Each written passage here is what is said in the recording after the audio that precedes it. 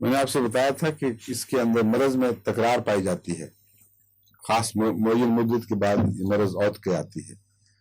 اس میں زیادہ تر 4 دن کے بعد یا 7ویں دن یا 14 دن کے بعد اگر مرض کے حملے ہوں، اور پیریوڈیسٹی جس کو کہتے ہیں، یعنی خاص وقفوں میں ایک مرض کا دہرایا جانا، یہ اس میں بڑی نمایاں ہے۔ اور اس کے 4 دن اور 7 دن اور 14 دن یاد رکھیے۔ لیکن ان کے علاوہ بھی ایسے امراض جن میں پیریوڈیسٹی پائی جائے، ان میں بھی آرسنک بہت مفید ہے۔ مثلا ملیریا کے متعلق میں نے آپ کو غالباً پچھلی دفعہ بتایا تھا آرنیکا میں کہ یہ وہ دوا ہے جو بہت کم لوگوں نے استعمال کی اور بہت کم فائدہ اٹھایا، حالانکہ ملیریا کے خلاف ریزسٹنس پیدا کرنے کے لیے اس سے بہتر کوئی دوا نہیں۔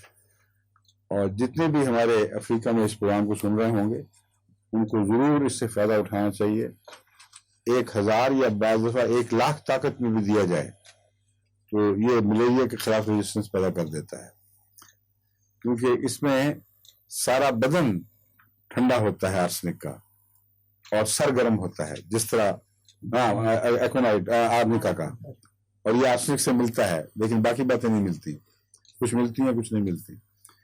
اور ملیریا میں عموماً جب سارا جسم ٹھنڈا ہو تو سر کی طرف گرمی چل رہی ہوتی ہے اور سر درد کا حملہ ہو رہا ہوتا ہے۔ یہ وجہ ہے یا کچھ اور وجہ، مگر یہ قطعی بات ہے کہ ملیریا میں پریونٹو پروفیلیکٹک کے طور پر آرنیکا سے بہتر کوئی دوا نہیں۔ اور جب ایک حملہ ہو چکا ہو، بخار کے دوران نہیں دینی چاہیے۔ جب ایک بخار کا حملہ گزر چکا ہو تو بیچ کے وقفے میں جو ملیریا میں دوائیں کام آتی ہیں، ان میں ایکیوٹ کے طور پر میٹرونور بہترین ہے، اور کرونک کیسز میں یا آئندہ کے لیے پروفیلیکٹک کے طور پر آرنیکا بہترین دوا ہے۔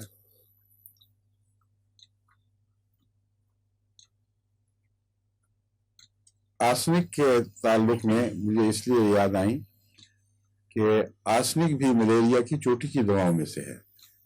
عام طور پر کتابوں میں آپ کو چائنا ملے گی، چائنا پہ زور دیا جائے گا، لیکن عجیب بات یہ ہے کہ پاکستان میں تو مجھے چائنا سے کوئی خاص فائدہ نہیں ملا کبھی بھی، یہاں تک کہ میں نے چائنا دینی چھوڑ دی تھی،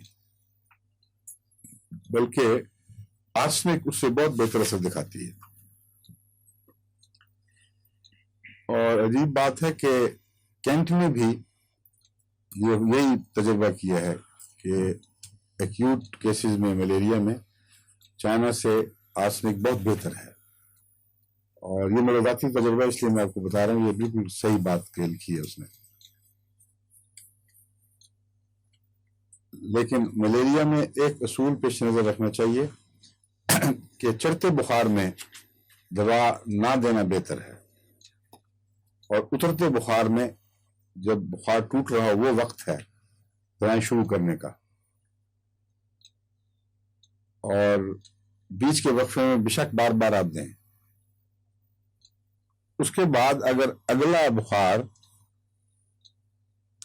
یقینی طور پر نرم آئے، مدھم پڑ جائے، تو آپ تسلی رکھیں کہ پھر اس عمل کو دہرائیں گے تو بخار 1-2 دفعہ میں ٹھیک ہو جائے گا۔